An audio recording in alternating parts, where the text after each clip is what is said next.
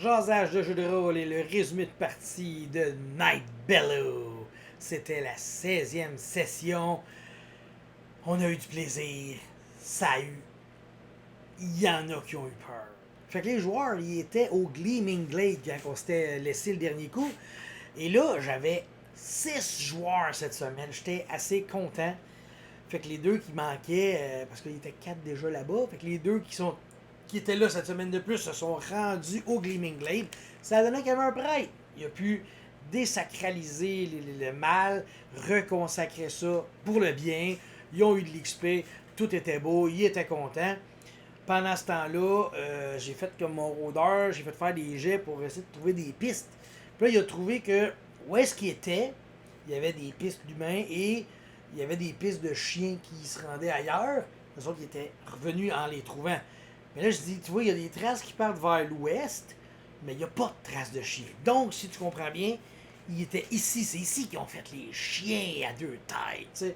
Je dis, parfait, on va s'en aller vers là. Ils s'en vont vers les Garstone Mine. J'avais assez hâte qu'il y ait au Garstone Mine. C'est l'avant-dernier donjon du module. Fait que j'étais content. Mais il était 6. Fait que tout était en place pour y aller. Ils sont donc allés là. Ils arrivent donc à la Garstone Mine. Ils voient l'entrée, tu sais, puis eux autres, ils avaient reçu un handout qui leur expliquait ce que c'était, à quoi ça ressemblait la Garstone Mine. Je vais mettre le handout dans le fond, comme ça, vous allez pouvoir voir c'est quoi. Fait qu'ils arrivent là, tu sais. C'est, bien sûr, c'est l'entrée. L'entrée, c'est normal, c'est une fissure naturelle que les mineurs ont élargie. Quand je dis les mineurs, là, ça fait très très très longtemps. Là. La mine n'est plus en opération depuis je sais plus combien d'années. Je pense que c'est au moins 50. Et fait qu'ils arrivent là, puis ils voient que finalement, il y a des traces de pas à terre. Là, ils avancent tranquillement et la mine s'élargit pour voir que là, il y a des gens qui ont smoothé les murs. Fait que, c'est ça, c'est une mine, qu'est-ce? Ils continuent leur chemin, tu sais. Puis là, ils tournent, puis là, ils arrivent, puis ça s'appelle la Dream Cave. Là, ce qui est le fun, c'est que j'avais un barde dans la partie. Fait que je me servais du barde pour expliquer des choses, envoyer des informations, tu sais. Pourquoi c'est la Dream Cave? Bon, ben parce que les jeunes mineurs qui travaillaient là, quand ils dormaient, la rumeur voulait qu'ils rêvent à la personne qui allait épouser. Puis là, sur les murs, il y avait des graffitis, des écritures, puis c'était des poèmes d'amour de mauvaise qualité, tu sais. Fait que tout ce qui était comme le lore, je le donnais au bal. Ça a été cool, j'ai bien aimé ça, tu sais. Après la Dream Cave, plus loin, il y avait la Queen of the Souls Pillar. Puis là, c'est comme de la roche un peu en forme de tuyau d'orgue. Puis il y a de l'eau qui coule. Puis là, ça faisait comme une flaque d'eau à terre. Le rogue, il a pitché une pièce d'or là-dedans pour un cadeau à la divinité, peut-être. Je trouvais ça intéressant, je trouvais ça intelligent. Puis après ça, ils sont juste revenus parce qu'il n'y avait pas grand-chose. Là. Ensuite, ils passent comme une section. Puis là, bon, ils le savent pas, mais moi, je brasse des jets et j'ai 2 rogues halflings qui sont cachés là, puis ils regardent les joueurs passer. Puis à partir de ce moment-là, ces 2 halflings-là, ils ont poursuivi les joueurs. Ils étaient cachés dans l'ombre. Ils étaient silencieux. Là, ils les suivaient pour les embusquer au moment opportun. Là, après ça, ils arrivent dans une section de la mine qui devient plus large, tu sais. Ça s'appelle le Flinch of Bacon, tu sais. On faisait des jokes de bacon. Là, ça servait à empêcher de passer les musulmans. Puis quand ils me demandaient, ça sent-tu le bacon ou c'est juste, tu sais. Puis là, finalement, on a bien ri parce qu'il y a un joueur qui avait amené un sac de chips au bacon. C'est qui était bonne. La raison pourquoi ça s'appelle le Flinch of Bacon, c'est parce que les murs, de la manière qu'ils sont comme je sais pas comment dire, nervuré, je sais pas, ça a l'air du bacon, les murs. Fait que c'était juste pour ça que ça s'appelait de même. Ensuite, il continuait, puis l'autre portion de la mine, il y avait une grosse tête de roche de chat qui ressemblait à une tête de chat, là. C'est l'humain qui a vu ça. Puis, selon la rumeur, c'est que c'était le chat d'un ancien voleur, puis son retour est annoncé, en tout cas. C'est des histoires de mineurs qui ont rien à se raconter dans le fond d'une mine. Là. Mais c'est tout du lore que le barde pouvait apporter, puis ça mettait de la vie dans le game. Ensuite, c'était la Post-Heg Cavern. la caverne des œufs pochés. Puis là, c'est qu'il y a des stalactites qui commencent à apparaître là, dans le plafond. Puis il y a une boule au bout de blanche avec un centre jaune qui ressemble à des œufs pochés. Mais tu sais, le paragraphe, c'est juste ça. Là. Fait que je savais pas trop quoi faire avec ça. Mais il y a un joueur qui en a arraché un et qui va en ramener un. Fait que je vais peut-être checker puis trouver de quoi d'intéressant avec ça. Là. Je verrai. Ensuite, c'était The Grand Cascade. La Grande Cascade. Ça, c'est comme de la roche. Puis on dirait que c'est une chute d'eau qui coule. Mais il y a un petit peu d'eau qui ruisselle. Là. Mais la roche est comme faite comme en eau. T'sais. Et là, pendant qu'il admire ça, tu sais, moi, je brasse un petit D6. Je pogne 3. 1, 2, 3. C'est mon rogue. Je dis à mon rogue, on va faire un petit jet d'attaque. T'as pas ta dex parce que t'es surpris. Puis il y a un stalactite qui tombe direct dessus. Spaclard 12, 13 de dégâts. Je ne sais plus ici. 3 des 6. Moi, je pense qu'il a mangé 12 de dégâts. T'sais. Là, après ça, il est comme planté à terre. Je dis, ben, tu peux essayer de te débattre. Puis tout. Fait que là, il commence à l'attaquer. Là, il réalise que c'est un piercer, un perceur qui tombe et qui l'a attaqué. Et lui, là, le chien du rôdeur s'en vient l'aider. Quand il croque, il se fait un point de dégâts, toi. Il y a comme un petit acide sur le perceur. Ça dissuade les prédateurs de l'attaquer. Fait que là, à tous les tours, genre, le rogue, il est empalé, puis il mange un point de dégâts d'acide à chaque tour, tu sais. Fait que là, le monde, il commence à l'attaquer. Et finalement, genre, il y en a un qui arrive d'un bon coup. Pac là, il le pète, tu sais. Sauf que ce qui est fort, c'est que le perceur, il a genre 5 de CA, je pense, ou 4 de CA. Puis, quand t'es empalé, t'as moins 4 pour le toucher. Fait que là, il se ramasse avec 0 de CA. Fait que si t'es tout seul, c'est bien dur de t'en débattre, puis tu manges un point de dégâts d'acide à chaque fois, tu sais. Fait que je trouve que c'est un bon monstre, un bon piège, puis il a eu son efficacité. Il a eu vraiment peur, tu sais. Fait que. Ils ont réussi à le battre, mais après ça. C'était autre chose. C'était plus stressant, tu sais. Et ils ont oublié de healer le rogue. Je vous reviens. Là, après ça, ils vont comme dans une petite section. Ils l'ont appelé la queue de chat. Là, c'est comme un corridor qui va jusqu'au bout. C'est juste que les mineurs, ils ont creusé là. Ils n'ont pas trouvé grand-chose. Ils ont arrêté. Et là, il arrive à une place, ça s'appelle The Shaft. C'est un trou de 40 pieds avec une échelle de métal rivetée sur le bord, tu sais. Puis en haut, ils voient que il y a des planches de bois qui bouchent un trou et le gnome des profondeurs qui est très habitué par les mines, les cavernes, les grottes, lui il voit que ça serait relativement facile à faire tomber, décrocher. Ça pourrait servir, on ne sait jamais.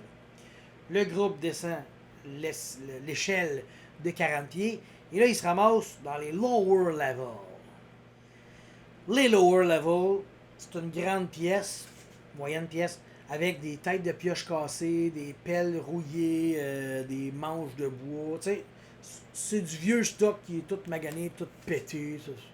Ça sert plus à rien. Tu sais. Continue, là ça peut aller en avant ou à gauche. Fait que on va aller voir à gauche. Quand tu arrives à gauche, il y a une cabane là.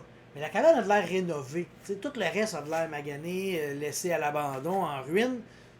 Mais cette cabane-là a de l'air rénovée. Fait que là, il arrive, et barré la cabane, tu sais. Fait que là, le rogue, il fait son jet de crochetage. Il l'a. Yes. Fait qu'il rentre dans la cabane. Je dis, c'est noir dans la cabane. C'est très sombre, tu vois rien. Puis, tu sens l'odeur d'une chandelle qui vient d'être éteinte, tu sais. On sait c'est quoi ça sent, une chandelle qui vient d'être éteinte. Bon, ça sent ça, tu sais. Fait que là, le barde fait comme, je vais écouter les sons, voir si j'entendrais pas quelque chose. Fait son jet, il l'a. Je dis, t'entends, genre, là, il voit 3 gars sortir. Je dis, une chance, t'as fait ton jet, parce que sinon, il y avait toute une attaque de surprise sur vous autres. Fait qu'il y a un combat qui s'enclenche dans la cabane, tout pif paf pouf, sont en train de battre les 3 bandits. Mais là, vous souvenez-vous, j'avais dit qu'il y avait 2 petits halflings qui avaient fait le jet, là. Ils sont arrivés par en arrière, puis ils ont backstabé. Il y avait le prêtre, puis le voleur dans l'embrasure de la porte, puis les autres, ils tiraient des flèches puis des spells dans la cabane. Mais les rogues ils arrivent dans le dos, paclard! Puis tu sais, le rogue, là, il s'était pas soigné de son perceur de 12 de dégâts. Il remange un autre 12 de dégâts de backstab. Oh shit! Le mage a été chanceux, l'illusionniste s'est pas fait attaquer trop. Fait que là, il a mangé une bonne volée quand même. Là, t'sais. Là il servait de bord, bedang, bedang. Il réussit à clearer tout le monde. Mais quand il en reste juste un halfling, Parce que là, les 3 bandits sont morts. L'un des 2 halflings est mort. Lui, il fait comme si moi, je me pousse. Fait qu'il se sauve, tu sais. Puis je dis, vous voyez qu'il tourne le coin. Là, je fais son jet de hide and shadow, tu sais. Fait qu'il se cache dans l'ombre. Fait que là, les joueurs, ils le poursuivent. Ils sont plus capables de le trouver. T'sais. Il a tourné le coin, il s'est caché. On le reverra plus tard. Fait que là, les joueurs font comme, bon, ben, on va aller voir ce qui se passe. Parce que dans la pièce où il y avait la cabane, il y a un genre de lac en forme de croissant, avec un gros pilier au centre, puis une petite rampe comme qui fait le tour, tu sais, comme une carrière, tu sais, avec de l'eau dedans. Fait qu'il monte, puis là, il voit une main coupée avec des bagues en or, tu sais. Fait que là, le ranger, il s'approche, tu sais. Il regarde ça. Ah! Si! Il y a une anguille géante qui sort de l'eau. Elle te le pogne. Puis elle le tire avec elle dans l'eau, flouche, c'ti. Il rate son jet de dex, fait que là, elle l'amène avec lui dans l'eau, puis elle se met à le couler dans le fond, puis elle continue à le croquer, tu sais. Mais elle fait quand même mal, elle faisait comme 3d6 en croquant, puis après ça, elle le maintenait dans le fond de l'eau pour le noyer. Ça faisait juste 1d3 de dégâts, essayer de le noyer. Mais l'affaire, c'est que dans 5 rounds, s'il ressort pas prendre de l'eau, de l'air, là, il pouvait mourir, là. Fait que là, le temps pressait, là. Puis fait que là, le combat continue, mais là, les autres sont comme, Chris, qu'est-ce qui s'est passé? Ils s'attendaient pas à se faire attaquer. Là. Fait que là, le groupe part à courir, ils s'en viennent aider le rôdeur. Là. Là, le paladin, il voit ça. Là, le paladin, lui, il a une armure qui donne free action, tu sais. En fait, c'est que t'es pas ralenti par les sorts, tu peux pas être arrêté, slow, web, toutes ces affaires-là, ça marche pas sur toi, tu sais. Puis dans l'eau, ça te donne une liberté de mouvement normale. Fait que lui, il part à courir, il saute, il active ça, puis il attaque le serpent en sautant dessus. Fait que là, il est comme un peu assis sur le serpent, puis il varge dessus avec son épée, en liberté de mouvement dans l'eau. C'était épique, là. Fait que là, t'avais comme l'anguille qui mordait le rôdeur, elle coulait dans le fond. Là, le paladin, il vargeait dessus. Là, maintenant, le rôdeur réussit à défaire son jet de force. Fait qu'il réussit à ouvrir la bouche, puis il part pour s'éloigner. Puis là, l'anguille, elle repogne, j'en perds mes lunettes, Chris. Fait que là, elle leur mord, mais là, c'est un autre 3d6. Fait que là, ça lui fait mal. Là, elle continue à le couler, tu sais. Lui, il peut t'offrir 5 rounds dans le fond de l'eau. Là, au bout de 3, il réussit à s'en sortir, mais là, l'anguille, elle commence à capoter parce que là, le rogue aussi a sauté dessus, puis il se met à la stabber. Fait que là, elle sait plus trop quoi faire. Fait que là, je fais un jet, elle essaie de mordre le paladin, pas le paladin, prêtre de guerre, tu sais. Fait que finalement, ils réussissent à la tuer parce que il fait genre 12 de dégâts d'un coup, elle avait 20 points de vie. Fait qu'il a comme tranché en deux, une chose. Mais là, il se ramasse à couler. Parce qu'on s'est entendu que lui, là, il est en code de maille. Puis il est en liberté de mouvement. Fait qu'il n'est pas affecté comme par le ralentissement de l'eau. Fait que là, il s'en va comme au fond. Puis là, il marche dans le fond du lac. Je suis comme, OK, ouais, tu fais quoi? Il dit, ben, je vais comme désactiver ma liberté de mouvement. Puis je vais essayer de nager à la surface.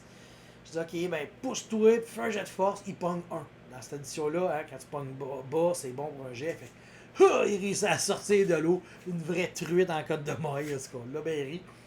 En tout cas, on a tout ri, toute la soirée. C'était super drôle, super le fun. Fait que là, ils réussissent à sortir de là, ils se sèchent, ils réalisent que c'est dangereux. Puis c'est ça, j'avais oublié de vous dire. Tu sais, la cote de maille, là, dans le goudron, là. Bon, ben, je l'ai créée, cette cote de maille-là. C'est une cote de maille plus 2 qui donne 5% de déplacement silencieux et de caché dans l'ombre par niveau du porteur. Fait que lui, niveau 5, il a 25% de chance parce qu'elle a passé beaucoup de temps dans le goudron, elle a macéré. Fait que là, elle est rendue silencieuse parce que les petits anneaux ne cognent plus ensemble. Puis elle est rendue toute d'une couleur noire. Fait que c'est pour ça que j'ai donné ça. Et une fois par jour, il peut activer liberté de mouvement, là, je sais pas comment, action libre, je pense. Là, fait qu'il est plus ralenti. Fait que, ça vient de là, cette idée-là. Fait qu'ils ont tué l'anguille, ils ont tué les 3 voleurs, les 3 bandits, le voleur. Fait qu'ils disent, bon, on va se reposer, il est rendu tard. Fait qu'ils rentrent dans la cabane pour se reposer. Je dis, bon, on va checker ce qui se passe. Je fais un petit jet de random encounter, voir pendant la nuit ce qui arrive. Je dis, bon, ben pendant la nuit, vous entendez un peu de bruit. Vous regardez par les fenêtres de la cabane, puis vous voyez 6 rats géants passer. Fait que là, le prêtre de guerre dit, j'ouvre la porte, puis je saute dessus. C'est maintenant, ok, c'était supposé de vous déranger, mais ça a l'air que non. Là, je regarde les stats. Hey, c'est des rats à 15 points d'XP. Ça a un des 4 points de vie. OK, vous sortez et vous les tuez tous. Vous tuez le papa, la maman et les 4 enfants. Les rats géants s'en allaient au cinéma avec leur bébé, hein, leur bébé Bruce Wayne et Bambi. T'sais. Fait que là, ça a été comme toute l'histoire tragique des rats qu'on a tué leurs parents, puis leur bébé, puis tout. Puis ils ont pu manger des rat burgers. Ils ont dit ça de même. C'est pas moi qui l'ai dit, c'est eux autres qui voulaient manger rat burgers. Ils ont fait des petits burgers de rats. S'en est suivi des blagues de purification de viande. En tout cas, c'est ça, des vieux joueurs qui font des jokes de foot. Tu sais, les jokes qu'il faut que tu sois là. Ben, toi, t'étais pas là, t'aurais dû être là parce que c'était drôle. Même la fois, elle est venue s'asseoir, là. Elle nous écoutait, elle disait, si vous êtes calme, mais c'est drôle. Ça nous a fait du bien. Continuent leur voyage dans la mine, tu sais. Puis là, ils arrivent dans une petite zone qui s'appelle la Blue Girl Cavern, tu sais. Là, ça explique que la mine, elle a une petite teinte bleue parce qu'il y a des gemmes dans les murs qui restent un peu. C'est cute, cute, cute, tu sais. Puis ah oui, puis là, il y a une autre cabane qui a été rénovée. Puis là, celle-là, il y a de l'équipement un peu plus, des cordes, des pelles, des pioches. Tu sais, fait que les voleurs, ils ont comme mis un peu de stock là. Je pense qu'il y avait un pourcentage de chance qu'il y ait quelqu'un qui garde la cabane. Il n'y avait personne. Fait que là, ils continuent. Et là, ils arrivent dans un genre de gros lac intérieur avec une île au milieu, tu sais. Le psionnier a fait une détection de la vie, puis il a détecté qu'il y avait de la vie là-dedans. 2 poissons. Fait qu'il dit, ben moi j'ai des ailes, fait que je pars à voler. Puis là, en volant au-dessus du lac, il y a un cadavre qui flotte. Fait qu'il le prend vers la cape, il le ramène au bord. Là, il revient ça de bord. Là, il voit que c'est un cadavre de magicien, que ça fait longtemps qu'il mijote dans l'eau, qui marine dans cette eau-là. C'est dégueulasse. Il est tout boursouflé, il manque des bouts de peau. Il dit, ah, ben, je vais juste comme tasser son linge avec un bâton ou mon épée, puis tout se déchiquette, c'est dégueulasse. T'sais. Il y avait même, là, il voit que la peau, il y a une maladie de peau, ce cadavre-là. Fait que là, en touchant, j'ai dit, on va faire un petit jet, parce qu'il y avait 10% de chance de contracter une maladie. Ils l'ont pas eu. Parfait. Là, il trouve sur lui une broche. Tu sais, une broche pour attacher une cape, là. Elle est vraiment belle, elle est incroyablement belle. Il va falloir qu'il identifie cette broche-là, là. Les aventures continuent dans les mines, tu sais, dans la Garstone Mine, et ils arrivent dans une autre section qui s'appelle la Crab Petals. C'est comme si la mine était faite un peu en forme de crabe ou de pétales de fleurs. C'est de là que le nom vient, tu sais. Là, il détecte la vie encore. Il détecte 2 vies, mais je dis, tu détectes la vie, mais tu vois pas grand-chose. Là, il avance un peu plus. Là, il voit des genres de crabes araignées. Tu sais, qui ont pas l'air de bouger, ils ont l'air d'attendre quelque chose, tu sais. Fait que là, le groupe se parle. Il dit, parfait, allez de ce bord-là, nous on va aller de ce bord-là, on se sépare pour les attaquer, tu sais. Fait que là, ils partent chacun de leur bord, mais ce qu'ils savent pas, c'est que quand tu t'approches d'eux autres, ils ont de leur bouche, ils ont tissé un fil, comme une araignée. Puis t'as 20% de chance de le voir, mais ils l'ont pas vu! Fait que le prêtre, lui, s'enfarge dedans, ça lui pogne les pieds, puis ça se met à le tirer vers le crabe, tu sais, qui l'attend avec ses pinces. Le barde, même chose, il part de l'autre bord, lui, il s'enfarge dans le fil qu'il a pas vu non plus, il se met à se faire tirer, puis là, l'autre crabe, il l'attend. Oh là, les crabes, ils capotent, ils ont hâte de croquer puis de pincer quelqu'un, tu sais. Et là, ce qui arrive, c'est que le crabe, il arrive, puis il a réussi à tirer le barde à lui. Il fait ses attaques, c'est 2d4. C'est pas grand chose, mais c'est 2d4. Quand tu crites, pas mal, puis tu pognes la deuxième attaque. Fait que là, j'ai un crit, plus une autre attaque qui touche. Mauvais crit, comment ça marche? Max dégâts, plus l'attaque. Fait que c'est 2d4, donc ça fait 8 de dégâts. Plus 2d4, puis l'autre attaque qui touche, plus 2d4. Ça fait un beau gros total de je ne sais plus combien. J'ai mal calculé. Puis là, je dis, ça te fait 36 de dégâts. Il dit, je suis à moins 10. T'es mort. Ton personnage est mort. Là, mon psychologue, il dit, attends un peu, je pense que t'as mal calculé, c'est pas plus 16, c'est plus 8. Je fais, ah oui, attends un peu, 8. Ouais, ok, t'as raison, je te fais 8 de moins. Ah, fiou, je suis à moins 2. Il a commencé quand même à rouler son futur personnage. Il était convaincu qu'il allait mourir. J'ai senti le stress, les fonds comme tabarnak. Puis là, pendant ce temps-là, Bright là, qui se fait attirer par la bébête, tu sais. Puis là, il dit, je vais la couper, moi, cette corde-là, ce qui m'attire, tu sais. Je dis, imagine, là c'est 1800 de force qui te tire. Hey, ça, c'est fort, 1800 de force dans la deuxième édition. Et il dit, je vais taper le filament qui me tient. Le problème, c'est que si t'as pas une arme plus 1, coupante, ça marche pas. Il a une arme, pas plus un, il aurait pas été capable. Finalement, il se fait même pas clipper, parce qu'il y a 0 de classe d'armure. Là, je veux dire, le crabe, il a de la misère à le pogner.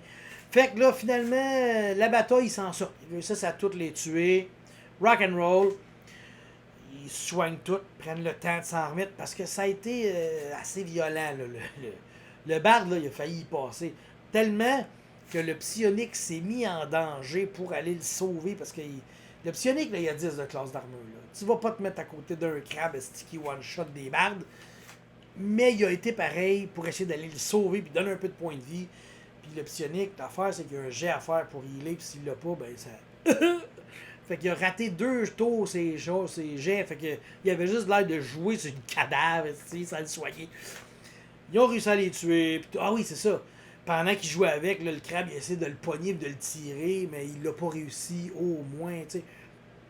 Mais, tu sais, le piercing, le perceur, là, ça a mis une petite cote. T'sais. Là, les 2 rogues qui pognent de dos, là, ça l'a comme monté la tension. Puis là, l'anguille, ça l'a monté la tension. Puis là, ces 2 crabes-là, quand ils en ont smashé un, ça l'a... Là, pour vrai, les joueurs commençaient à... Ouais, on va arrêter de niaiser, là. Hey, il était 6 autour de la table, là. C'est rare, j'en ai 6. Puis, il y en a qui mangeaient des volets, là. Fait que, imagine. Là, il arrive au dernier passage. C'est le Cavern of the Hall Hearing Gods. Puis ça a l'air que les mineurs, quand ils étaient là, ils pouvaient entendre les murmures du dieu, tu sais. Fait qu'il arrive là, il y a 4 zombies qui attendent, qui se promènent, tu sais. Fait que là, le prêtre, il apprend au niveau 5 qu'il peut repousser les morts vivants. Tu sais, lui, il pensait que c'était juste les paladins. Ou que c'était un spell. Non, non, tu peux le faire. Fait qu'il arrive, puis Shalom Kamka, il repousse les zombies. Là, les zombies, eux autres, quand tu te fais repousser, c'est comme s'ils fuyaient. Fait que les zombies, ils fuient dans un long corridor. Ils s'en vont dans l'autre pièce après. Ils disent ah, bah, ben, super, on s'en est débarrassé. Bon, il reste quoi, là? Ah, il reste juste le passage où les zombies sont allés. OK. Fait que là, le groupe s'avance. Il longe le long corridor. Tu sais, celui de Laurent Jalbert. Dans le long corridor, le psionique fait combien il y a de vie ici? Tu détectes 4 vies. Ah, pas si pire, ça. 4 vies plus 4 zombies. OK. Fait que là, il arrive. Quand il arrive devant la grande pièce, il voit 2 prêtres, un guerrier, un halfling rogue, celui qui s'était sauvé, là, 4 zombies et 6 zombies. 10 zombies, 2 prêtres, un guerrier, un voleur. Tout ça dans leur face. Fin de partie. T'es rendu 11h, je dis on commencera pas ce gros combat de fou-là. Mais là, ils ont comme compris, on est peut-être un petit peu dans la merde, là. Va falloir réfléchir à nos affaires parce que, n'ayant pas tué 4 zombies, ils ont juste rajouté au combat suivant 10 zombies. On se souvient-tu que la dernière fois que j'ai un joueur qui est tombé à 0 et moins, il y avait 6 zombies. Là, il y en a 10. Plus des prêtres, plus des guerriers, plus des... Hey. Je vais voir là, comment ça va se gérer. On va avoir du plaisir, c'est sûr. Ça se peut qu'il y en ait qui survivent pas à ce combat-là parce que ça tombe assez vite. Là. Un bon crit, puis tu peux perdre ton bonhomme direct là. Si t'es habitué à 3e, 4e, 5e, là, t'es pas là à 2e. Là. Les bonhommes, là, c'est beaucoup plus dangereux. En tout cas, j'ai bien aimé ma soirée. Je pense que les autres aussi. On a trippé, on a ri en masse. C'est une game de niaiserie, mais qui avance vite. C'est ça que j'aime de cette aventure-là. Mettons, tout l'étage supérieur de la mine, là, c'était à peu près que du lore. Il n'y avait pas grand combat. C'était vraiment, là, j'envoyais des affaires, des histoires. Le bard, il traduisait ça aux joueurs, aux autres personnages. Puis là, il arrive en bas. Puis là, en bas, c'est là qu'il y avait plus de combats, puis pièges. Puis là, en tout cas. Fait que, sans spoiler, là, ils sont dans la pièce finale de ce donjon-là. Puis, je vous ai dit, c'est l'avant-dernier donjon du module. Fait que quand vous allez battre cette gang-là, vous allez avoir fini l'avant-dernier donjon. Il vous reste juste le dernier donjon du module. Puis après ça, on change de module. Puis j'ai hâte. Surtout que la fin de l'autre module est malade. Fait que, sans plus attendre, je vous laisse là-dessus et on se revoit dans 2 semaines pour le prochain Night Bellow.